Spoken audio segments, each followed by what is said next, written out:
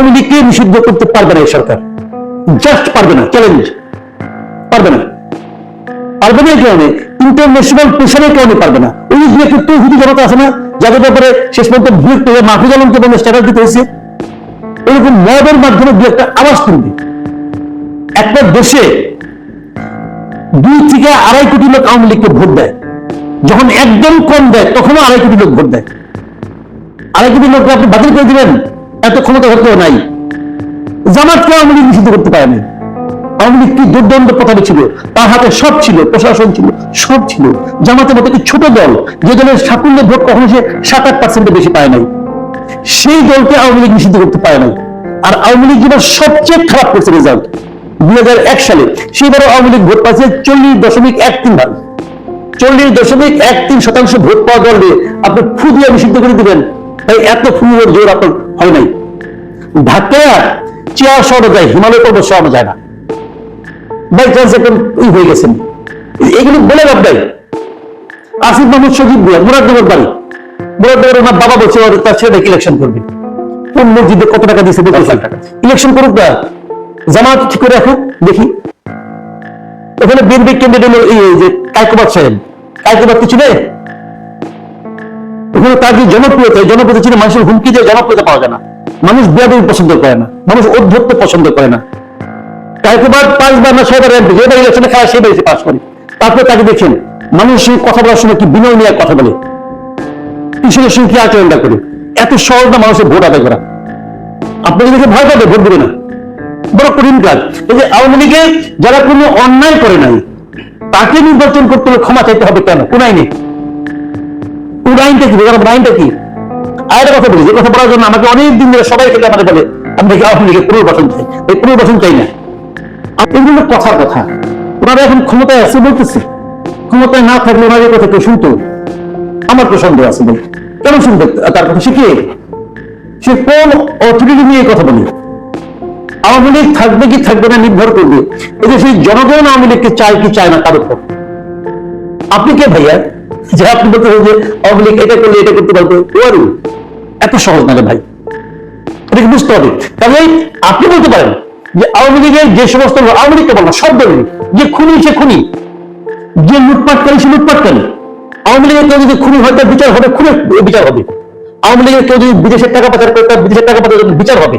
এই বিচার করতে গেলে আওয়ামী লীগের একটা বড় অংশ যারা নাকি শীর্ষস্থানীয় আছে, তাদের হয়তো নির্বাচনের বাইরে চলে যেতে হতে পারে, নেতৃত্বের বাইরে চলে যেতে হতে পারে, যাবে। তার জন্য আওয়ামী লীগ বেঁচে থাকবে না। শেখ হাসিনা চলে গেলে আওয়ামী লীগ মারা যাবে না। আওয়ামী লীগ আর শেখ হাসিনার সমার্থক নয়। যখন শেখ হাসিনা না ছিল তখন আওয়ামী লীগ ছিল, তখন আওয়ামী লীগ ছিল, এই সমস্যা নাই। যখন শেখ হাসিনা থাকবে না তখন আওয়ামী লীগ থাকবে। একটা দল গড়ে উঠবে তার মতো করে, তো সেই দলটাকে আপনি নিষিদ্ধ করে দিবেন, সেই দলটা নিরপরাধ তাকে ক্ষমা চাওয়াবেন। দুনিয়াটা এত সহজ না। বাংলাদেশ সম্পর্কে, এই দেশের মানুষ সম্পর্কে যাদের খুবই কম ধারণা অথবা একেবারে ধারণা নাই, তারা এই ধরনের ছিল মানুষের কথাবার্তা বলে।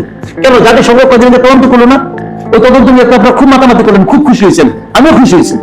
শেখ হাসিনা দোষী, তার শাস্তি করতে হবে, অমুক সব ঠিক আছে। ওখানে বলে নাই তারা কোনো দল নিষিদ্ধের পক্ষে না। তো আপনি ওইটুক মানেন এটুক মানেন না, এটাকে আপনার পক্ষে যান, এই জন্য এটা হয় না। তবে ওই আপনি নাস্তিক ধরন নিয়ে আসতেছেন, আনন্দ ধরন, এরা তো ওই সমস্ত দেশেই লোক, তারা তো বলে গেছে। এখন কি হবে না ওরা যাই না, গাড়ি করতে পারবে। যদি গাড়ি নিষিদ্ধ করার চেষ্টা করেন তাহলে ক্ষতিগ্রস্ত হবেন। আন্দোলন এবং নাগরিক কমিটি যে দলটি নিয়ে আসছে, এটার একটি পদ নিয়ে, মানে দলের সেকেন্ড ইন কমান্ড, সদস্য সচিব বা সেক্রেটারি যেটাই বলি, এই পদ নিয়ে অন্তত 4 থেকে 5টি গ্রুপ দেখা যাচ্ছে। ছাত্র শক্তির একটা গ্রুপ চাচ্ছে ওদেরকে, ছাত্র অধিকার পরিষদের সাবেক নেতারা চাচ্ছে আরেকজনকে, শিবিরের এক্স নেতারা চাচ্ছে আরেকজনকে, মাহফুজ আলমের অনুসারীরা চাচ্ছে আরেকজনকে, বামরা চাচ্ছেন আরেকজনকে। এই যে এত সম্ভাবনার কথা বলছে, এত রাজনৈতিক বন্দোবস্ত করছে, দেশের সব ঠিক করে ফেলছে এবং আওয়ামী লীগকে একদম মুছে দিবে এরকম, সেই জায়গা থেকে গত 6 মাসে আমরা দেখলাম তাদের মধ্যে অন্তত এই নাগরিক কমিটিতে 5টি গ্রুপ।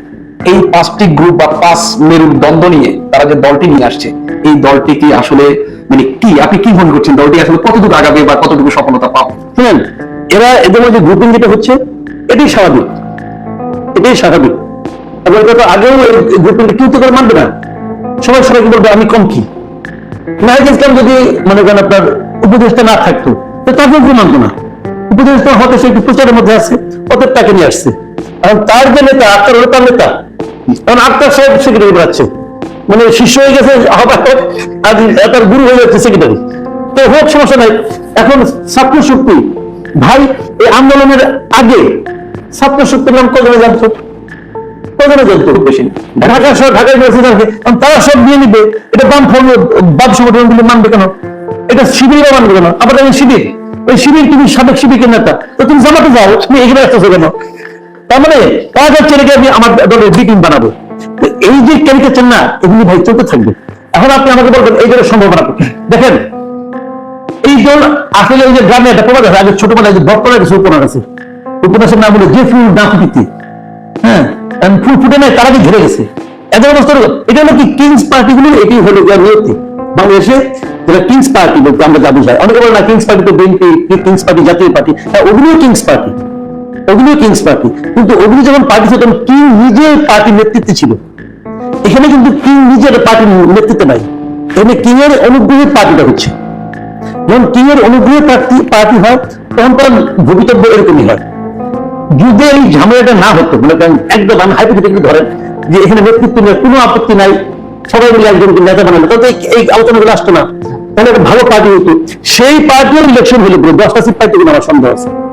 তাই বাংলাদেশে ভোটের রাজনীতি বড় জটিল, বড় জটিল। এই আপনি প্রশ্ন দুটা কথা বলেন, আপনি এক জায়গায় গেলে আপনাকে পুলিশ আপনাকে প্রভাব নিয়ে যায়, আপনি আইন গ্রামে বিশাল বিশাল কিস্তি দিচ্ছেন, এইগুলি শুনে মানুষ আপনাকে ভোট দেয় না। মানুষের কাছে ভোট নেওয়াটা একটা দীর্ঘদিনের সাধনার ফল, দীর্ঘদিনের সাধনার ফল। আর বাংলাদেশে যেমন প্যাটার্নটা চেঞ্জ হয়েছে, এখন টাকা দিয়ে খরচ করতে পারে সেও ভোট পায়। তো আপনি টাকা খরচ করবেন, ছাত্র মানুষ করতে করবেন ভাই, জয়নি করবেন, তখন তো আপনি প্রস্তাব নিতে পারবেন, তখন তো কোনো জবাব দিতে পারবেন না আপনি।